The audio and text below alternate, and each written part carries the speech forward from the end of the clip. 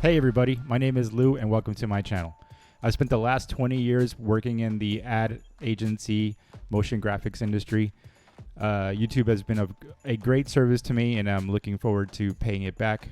Today we're going to be going over how I set up Illustrator from scratch whenever I work on site at a motion graphics shop or something of the sort, and showing you all how I simplify the user interface, mostly for user interface graphics, motion graphic design, not necessarily as much print because it can change depending, but making it a lot more efficient and useful for people. Without further ado, let's get right into it. Okay, so as you all can see, this is how I set it up. I honestly have it very similarly set up to Photoshop. That's purposeful. If you've seen my Photoshop tutorial, you will understand. If you haven't, you can please check that out. So if you already know how to set up dialog boxes, blah, blah, blah, definitely just do this. I'm going to go ahead and reset it from scratch so we can do it all from the very beginning. All right, so we're back into Illustrator. It's been reset. And one thing I will do first is change points to pixels. That will probably be the first thing that you'll notice. And don't use the film and video setting because of a myriad of reasons. It actually slows down your GPU. You want to go with just a regular web and then change the width and height to 1920 1080. Click at create and you'll see a myriad of dialog boxes, panels, that sort of thing. Usually you might have it set up like that. So that's the first thing I would change, is make this as narrow as possible. Control R or Command R. This might be at points or some other. You want to make sure that you're in pixels. Makes the stuff so much easier. So swatches I hardly ever use, to be honest with you. Color I keep. Color guide I never use as well. Gradient and stroke. So artboards I move over to the right layers. Artboards, libraries, like as I've stated before, I never use. I can't stand it. So these two are already kind of set up. I'm going to go to Windows Navigator, click that, and then drag this over to the top and close this. So now we're going to move on into this setup, and you can just drag this out completely. I do use this fairly often with the show option, so I move this back down here to the right.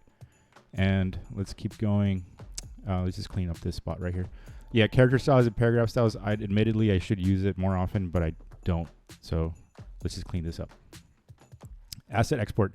I have started using this a lot more. Links I do use every once in a while, but I don't have it set up as a default, always on kind of thing. So this asset export, I actually move over to the right, over in this section here, and I hit layer, get this going. So it's already starting to look very similar to the Photoshop tutorial. Transform, align, where's align? Over here. Transform, align, and Pathfinder. These are going to be your best friends. So graphic styles, close that. And I think there's a way to section. Yeah, so this whole section is going to be your best friend. These panels are going to be what you're going to be using more often than not. And make sure you go show options on some of these. So I think they're already set up. Yep. Yeah, so we're good to go there. And properties, that's the other one that I need. And I drag that into here. So stroke. Ooh, it's set to points. I wonder why. It should not be set to points. Let's start from the beginning. Oh, you know what it is? We reset the preferences, which we need to get into. So let's go to edit preferences and scales, strokes and effects. Definitely get that going. You're going to turn that on and off every once in a while. We'll go into that a little bit later. Selection and anchor display. I don't change very much here. So here we go. Units. That's the one we're going to change. So stroke and type. That's what had me confused. All right, so pixels across the way, all of it. Nothing to change here. Smart guides, slices, hyphenation, plugins. All right, so back to what we were talking about before. Scratch disks you want to have set up as not your startup disk. You want to change it differently. So make this dark mode for life. We're good here. File handling, clipboard handling, appearance of blacks. Yeah, so that's pretty much it on this section here. And we can hit Control K, and that'll always bring you back to. I changed the keyboard increment every once in a while to adjust the things that I'm changing, either like to 10 pixels or to 0.1 pixel, or usually it's just 1 pixel though. And this whole section, yeah, you can just turn it on and off in this area, which is why I have it set up that way. And I think, oh yeah, Windows transparency. That's the last one that I usually have set up right above here. And that kind of shows what it was like. Ooh, we need to change this. Close that. So now that cleans this section up.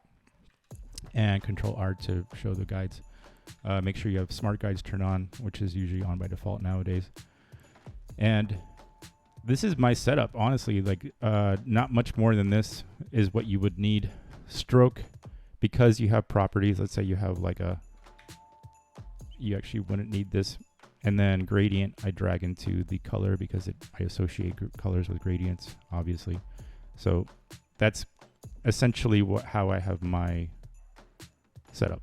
I'm also on an ultra wide, so I actually would have layers. This whole bottom section I would have up here dragged out, but on the 1920 1080 canvas that I have set up, I don't, just to make it easy for everybody to see. So yeah, this is where you could change your stroke and your fill. You wouldn't need to have an extra dialog box for that. And yeah, you can also change it up here. So obviously tons of different ways of doing this stuff, but showing you all just how I set mine up. And yeah, so hope you enjoyed this tutorial. It's very quick and dirty, but I wanted to show you all how I set mine up. Please like and subscribe. I'm going to be doing a lot more of these in the future. Next one I'll probably be doing is about folder file naming structure and how we make this naming a lot more organized. Thanks, much appreciated. Have a good one.